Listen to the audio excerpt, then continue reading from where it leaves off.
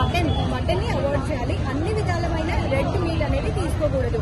నూనెలో వేగించిన ఐటమ్స్ అంటే పూరి, బోండా, వడ, చక్కిలాలు ఇలాంటి డీప్ ఫ్రై ఐటమ్స్ అనేవి అవాయిడ్ చేయాలి. కూరగాయలు, పచ్చళ్ళు ఇలాంటికి ఎంత దూరంగా ఉంటే అంత మంచిది. కొలెస్ట్రాల్ ని పెంచే ఆహారానికి దూరంగా ఉంటూ బ్యాడ్ లైఫ్ స్టైల్ అంటే alcohol, soda, Sprite, Thums Up ఇలాంటి ఫుడ్స్ తో పాటు బేకరీ ఫుడ్స్ అనగా పఫ్స్ కానీ, పేస్ట్రీస్ కానీ వీటిల్లో నెయ్యి ఎక్కువగా ఉంటుంది.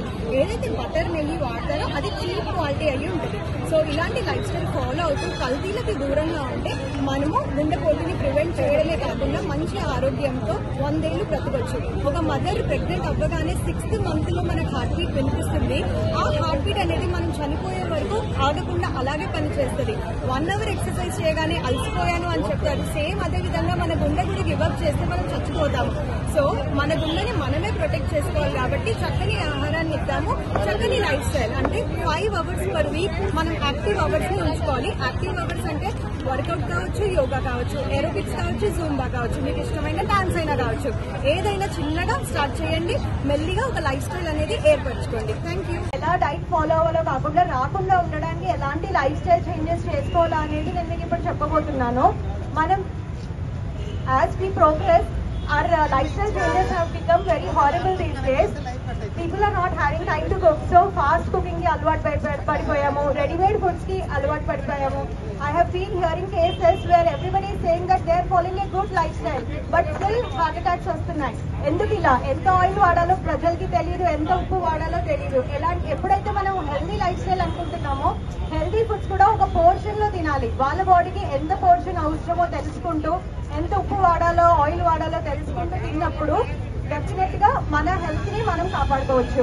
సో హెల్త్ ఈజ్ వెల్త్ అని ఆల్రెడీ ఒక సేయింగ్ ఉంది, మీ అందరికీ తెలుసు. మనకి ఎంత వెల్త్ ఉన్నా గుడ్ హెల్త్ అనేది అయితే రాదు. అది మనం కష్టపడితేనే వస్తుంది. స్టార్టింగ్ లో కొన్ని ఎఫర్ట్స్ డెఫినెట్ గా పెట్టాల్సి వస్తుంది, తర్వాత మనకు అది ఈజీ అయిపోతుంది. సో లైఫ్ స్టైల్ చేంజెస్ వచ్చేసరికి ఎలా చేసుకోవాలి? మనం డైలీ మెయిన్ ఫుడ్ ఏం తింటాము? రైస్. అందరూ రైసే కదా తినేది ఇక్కడ. ఓన్లీ రైస్ కాకుండా మనకి బ్రోకెన్ వీట్ అంటే విరివిడ గోధుమలు, ఇవి మనం తినొచ్చు డైలీ రెగ్యులర్ డైట్ లో. ఒకటే డైట్ ఫాలో అవుతే ఏంటంటే దాంట్లో ఉన్న న్యూట్రియంట్స్ మాత్రమే మనకు వస్తాయి. మనం ఒక వేరియేషన్ అనేది క్రియేట్ చేసుకుంటే broad spectrum of antioxidant nutrients అనేవి మనకు వస్తాయి. సో అప్పుడు మనం మల్టీవిటమిన్స్ వాడాల్సిన అవసరం ఉండదు. సో మన ఇండియాలో చిరుధాన్యాలు అనేవి ఫేమస్. ఒక రోజు ధాన్యం తినండి, అంటే రైస్ కానీ వీట్ కానీ. మరికొన్ని రోజులు మీరు చిరుధాన్యాలు, రాగులు, సజ్జలు, కొర్రలు, సామలు ఇలాంటి వేరియేషన్ ని క్రియేట్ చేసుకోవాలి. ఒకటేసారి మనం అలవాటు పడలేము, మన డైజెస్టివ్ సిస్టమ్ కి టైం పడుతుంది అవి అలవాటు కావడానికి. కాబట్టి స్లోగా మీరు ఒక్కొక్క థింగ్ ని ఇంట్రడ్యూస్ చేసుకోవాలి. ఓకే. అండ్ మనము ఎప్పుడైనా సరే తినేటప్పుడు మన ఆహారం ప్లేట్ లో 4 భాగాలుగా డివైడ్ చేసుకోవాలి.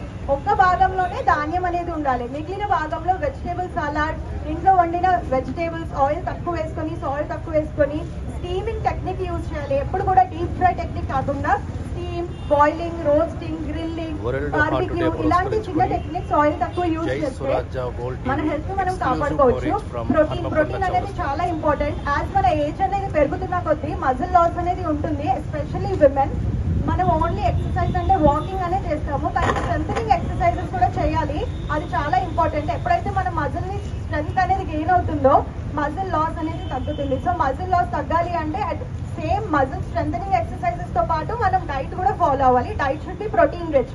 So keto diet, palaeo diet, Mediterranean diet ఇలాంటి డైట్స్ అన్ని ఫ్యాట్ డైట్స్. ఇది ఫాలో అయితే మనకి ఏదో ఒక న్యూట్రియంట్ లోపం వస్తుంది. కాబట్టి మనం బ్యాలెన్స్డ్ డైట్ ఒక డైటీషియన్ దగ్గర సలహాతో తీసుకోవడం చాలా బెటర్.